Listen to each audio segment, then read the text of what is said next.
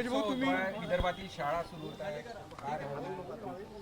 आज अतिशय आपल्या विदर्भातल्या शाळकरी विद्यार्थ्यांकरता आनंदाचा दिवस आहे, कारण प्रत्येकाच्या आयुष्यामध्ये शाळेतला पहिला दिवस हा उत्सुकतेचा असतो.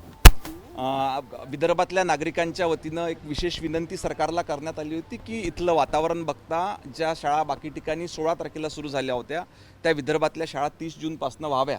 तसं आपण मागणी माननीय मुख्यमंत्र्यांकडे ठेवली होती आणि त्यांनी देखील आदेश दिले की 30 तारखेपासून विदर्भातल्या शाळा सुरू व्हाव्यात. आणि आज आपल्या विदर्भातल्या जवळजवळ 23,000 शाळा ह्या आजच्या दिवसापासून सुरू होत आहेत. आज सेवा सदनमध्ये विद्यार्थी संवाद साधणार आहे, कशा प्रकारचे कार्यक्रम?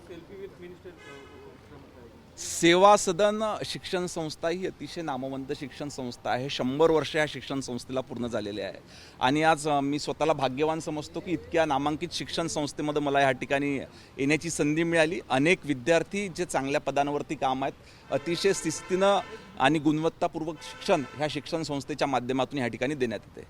विरोधात खरं तर मोर्चा आहे मुंबईमध्ये मोठ्या प्रमाणात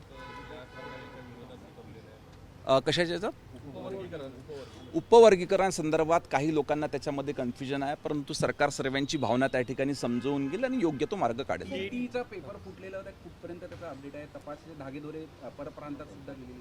परप्रांतातल्या काही इसमांनी टीईटीचा पेपर लीक करून तो परीक्षांपर्यंत पोहोचण्याचं चुकीचं काम ते करणार होते, परंतु आपण एक समजून घेतलं पाहिजे की शासनाच्याच दुसऱ्या एका विभागानं हा त्यांचा प्रयत्न त्या ठिकाणी हाणून पाडलेला आहे आणि ही परीक्षा पारदर्शक पद्धतीनं व्हावी याच्याकरता परीक्षा पुढे ढकलली आहे. माननीय मुख्यमंत्री महोदयांनी स्वतः या संदर्भात पूर्ण बैठक घेतली. SITचं देखील गठन करण्यात आलेलं आहे. लवकरच पारदर्शक पद्धतीनं ही परीक्षा घेण्यात येईल निश्चितपणे, कारण सगळ्या टीम 2 टीम आपण त्या ठिकाणी बिहारला पाठवलेला आहे, एक टीम हरियाणाला देखील त्या ठिकाणी गेली आहे. अजून उर्वरित जे 2 आरोपी आहेत ते देखील लवकरच भेटतील. आजपासून राज्यामध्ये SIR ला सुरुवात झाली आहे, प्रशासनाची कशा प्रकारे तयारी आहे? प्रशासनानं पूर्वीपासूनच पूर्णपणे तयारी SIR करता केलेली होती. आपण बघितलं की अनेक मतदार याद्यांमध्ये आतापर्यंत काही लोकांची नाराजी होती, काही लोकांचं नाव नव्हतं आणि काही लोकांचं 2-2, 3-3 ठिकाणी त्या ठिकाणी नाव राहायचं, परंतु SIRच्या माध्यमातून आता पारदर्शक मतदार यादी त्या ठिकाणी तयार होईल.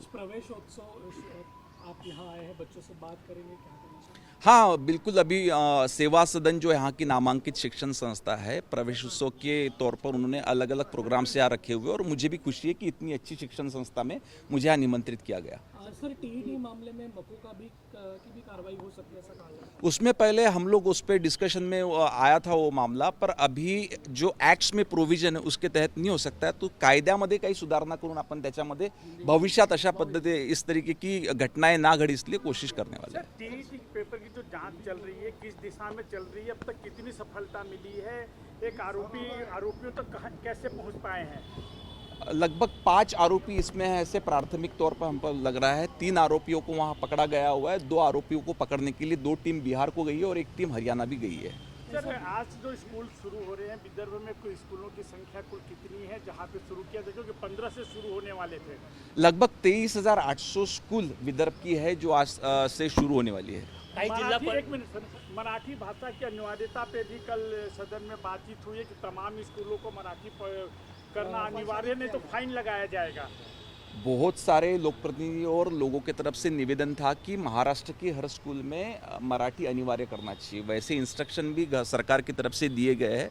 तो भी हमारे स्टेट में सिर्फ राज्य शासन के ही बोर्ड की स्कूलें नहीं है, कुछ CBSE है, कुछ IB स्कूल है, तो उसमें कुछ स्कूलों में नहीं मराठी में शिक्षा दी जाती, ऐसी कंप्लेंट्स वहाँ पे आई थी, पर और सरकार ने उस पर कड़ी कार्रवाई की. काही जिल्हा परिषदच्या शाळेमध्ये आज पहिला दिवस आहे पण विद्यार्थ्यांना गणवेश मिळाला नाही, म्हणजे महत्त्वाची गोष्ट की त्या पैशामध्ये ते गणवेश पूर्ण करू शकले नाही.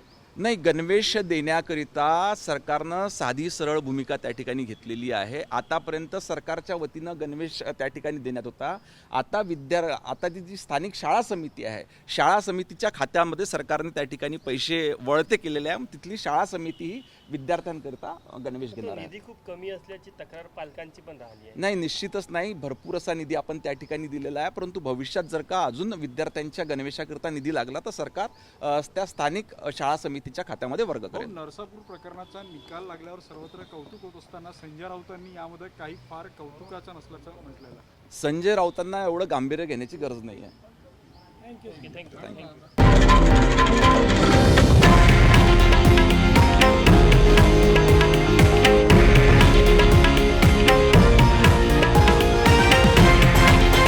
हे आहे देशातील नंबर 1 न्यूज नेटवर्क आणि आपण पाहत आहात TV9 मराठी, एकमेव.